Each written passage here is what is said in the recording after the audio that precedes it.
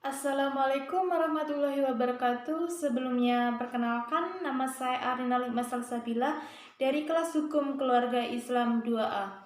Di sini saya akan memaparkan jawaban dari soal-soal yang telah diberikan Ibu Septi Wulansari MH selaku dosen pengampu mata pelajaran Fikih Munakohah dan Mawaris. Baik, untuk soal pertama, bagaimana hukum bila melakukan pernikahan di saat wanita tersebut dalam kondisi sudah hamil? Banyak ulama mengatakan pendapatnya yang berbeda-beda satu dengan yang lain. Namun, mayoritas ulama memperbolehkan hal tersebut. Seperti pendapat dari mazhab Hanafiyah yang masih memiliki perbedaan pendapatnya dalam ungkapannya. Yang pertama, pernikahan tetap sah baik dengan laki-laki yang menghamili atau tidak. Kedua, pernikahan sah dengan syarat harus dengan laki-laki yang menghamili dan tidak boleh dikumpuli kecuali sudah melahirkan. Ketiga, boleh nikah dengan orang lain asal sudah melahirkan. Keempat, boleh nikah asal sudah melewati masa haid dan suci. Dan ketika sudah menikah maka tidak boleh dikumpuli kecuali sudah melewati masa istibro. Kemudian pendapat ulama kedua yaitu Malikiyah. Tidak sah perkawinan kecuali dengan laki-laki yang menghamilinya dan harus memenuhi syarat, yaitu harus bertaubat terlebih dahulu sebelum melangsungkan pernikahan. Kemudian yang terakhir pendapat dari Imam Syafi'i yang lebih longgar. Dia memperbolehkan wanita menikah dalam keadaan hamil, tetapi bukan berarti dia melegalkan zina. Itu merupakan praduga yang salah, karena zina apapun sudah terkutuk. Imam Syafi'i berkata, jika satu orang mencuri buah dari satu pohon, mungkin ketika itu haram. Tetapi jika kemudian orang tersebut membeli pohon tersebut, masihkah buah itu haram apakah atau sudah halal? Jawabannya sudah halal. Jadi haram kemudian menikah baik-baik, maka akan berubah hukumnya menjadi halal.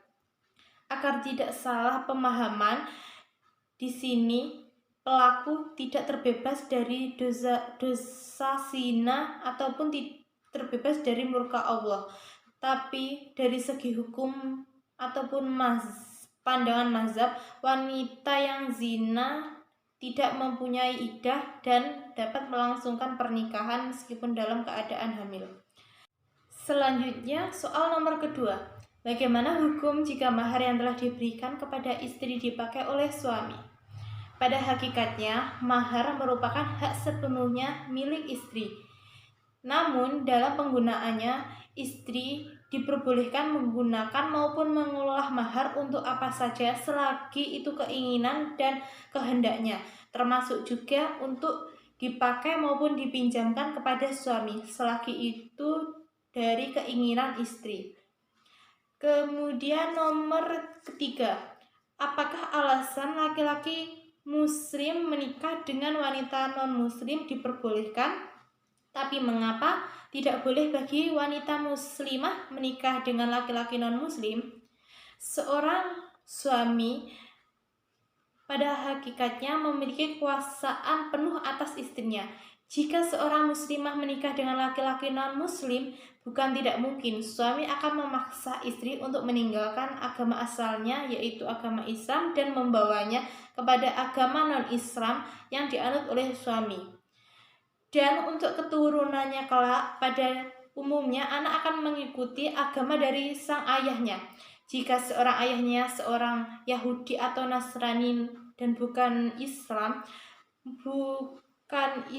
besar kemungkinan keturunannya adalah bukan beragama Islam. Karena itulah Islam mengharamkan jika seorang muslimah menikah dengan laki-laki non-muslim. Selanjutnya soal nomor 4. Apakah ada batasan seorang istri dalam menikmati harta suaminya? Terdapat ungkapan uang suami adalah uang istri. Memang benar jika harta suami juga milik istri, tetapi hak istri dalam menggunakan harta suami hanya sebatas untuk memenuhi kebutuhannya dan memenuhi kebutuhan anak-anaknya saja. Selebihnya atau sisanya harta suami ataupun gaji suami tetaplah menjadi hak dari milik suami. Jadi selama untuk memenuhi kebutuhannya dan anaknya diperbolehkan untuk menggunakan gaji suami selagi sewajarnya saja dan tidak berlebih-lebihan dan suami sanggup untuk memenuhinya.